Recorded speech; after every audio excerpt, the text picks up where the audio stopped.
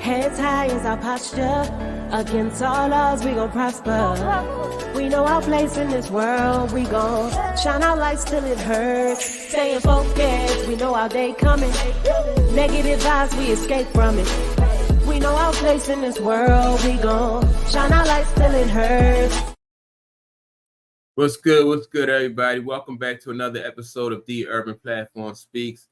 Make sure to like and subscribe as you come into this to the channel. Check out the podcast. I want to get right into it. Caitlin Clark, I think, in my opinion, I think the WNBA and the league officials want Caitlin Clark to be in New York. It's a larger market. It's the larger media market of all the teams that they have in the WNBA, and I think that will be for Caitlin Clark to be in New York. I think will be a good look for her. It'll be better for her as far as like sponsorships and stuff like that, and it'll be better not only for Caitlin Clark, but it'll be better for New York. Now, the New York Liberty have new ownership, right? And these new owners will be good for Caitlin too, because they've been really spending money on their team. Like they've upgraded the facilities as far as the locker room and everything for the women. And this new ownership group.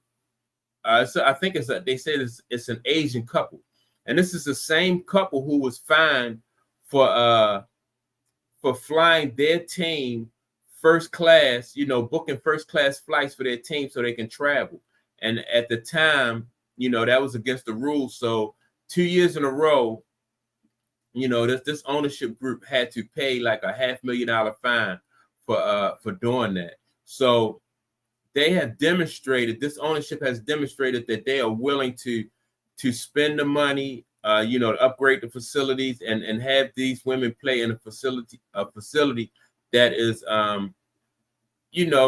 worthy of a professional basketball team. And like I said, if Caitlin was to go to New York with all that, like this is the largest media market in the country, with all that media there, she could really, she would definitely, she would make a lot of money. The WNBA would make a lot of money because, she would be seen by more people. So you'll get more eyes to be able to be on Caitlin Clark, more money for the WNBA.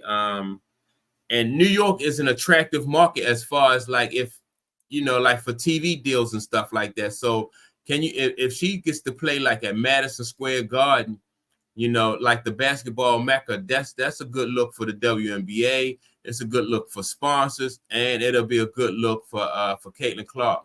So it's Caitlin Clark playing in New York. It's like it's a win-win for everybody across the board. And when you have more eyes and stuff, more people following Caitlin Clark, especially in New York, it'll be easier for them to expand and put WNBA teams in other big markets, right? Like Chicago already have one in Chicago. They have the Sky, and then you have Dallas.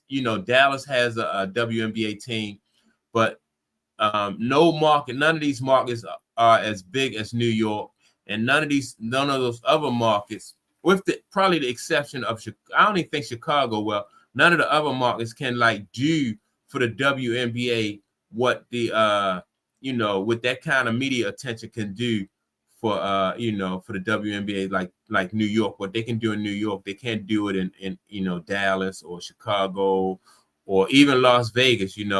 Those are decent markets, very good markets, but New York is exceptional for the amount of sponsors and attention that they can bring to Caitlin Clark and the WNBA as a whole. So now the thing is, like with this new collective bargaining that's going on, there's a possibility that the current WNBA contracts may be voided out. And so once these contracts are voided out, then that'll be an opening for Caitlin Clark to to get away from Indiana and possibly go, like I said, go to New York. And Phoenix is also in play. People was talking about Phoenix, but Phoenix, like I said, number one, it's not a biggest market as New York, and number two, like they don't have the talent there. You know what I mean? Like Phoenix won't have the talent that even Indiana have right now. You know, Donna Taurasi is on her way out. And Brittany Griner is somebody who is, you know, she stays injured, and she is up in age too, as far as like, you know, and a professional athlete is concerned. So like I said, I think it'll be a good look for New York, for Caitlin to end up in New York. And remember, y'all heard it here first. I think they're gonna find a way to get Caitlin Clark up in New York. I know, like they already have Sabrina Ionescu. They got Breonna Stewart, Jonquel Jones. You know, they have a good. As a matter of fact, they have a championship caliber team, and so. But I still think that they'll find a way to get Caitlin Clark up there in New York. And then, like I said, that'll be, you know, for the league, that'll be so explosive. But that's my take on it. Like I said, don't forget to like and subscribe and leave a comment. Let me know what you think about, you know, the possibility of Caitlin going to New York. With that being said, peace, and I will check you all out on the next video.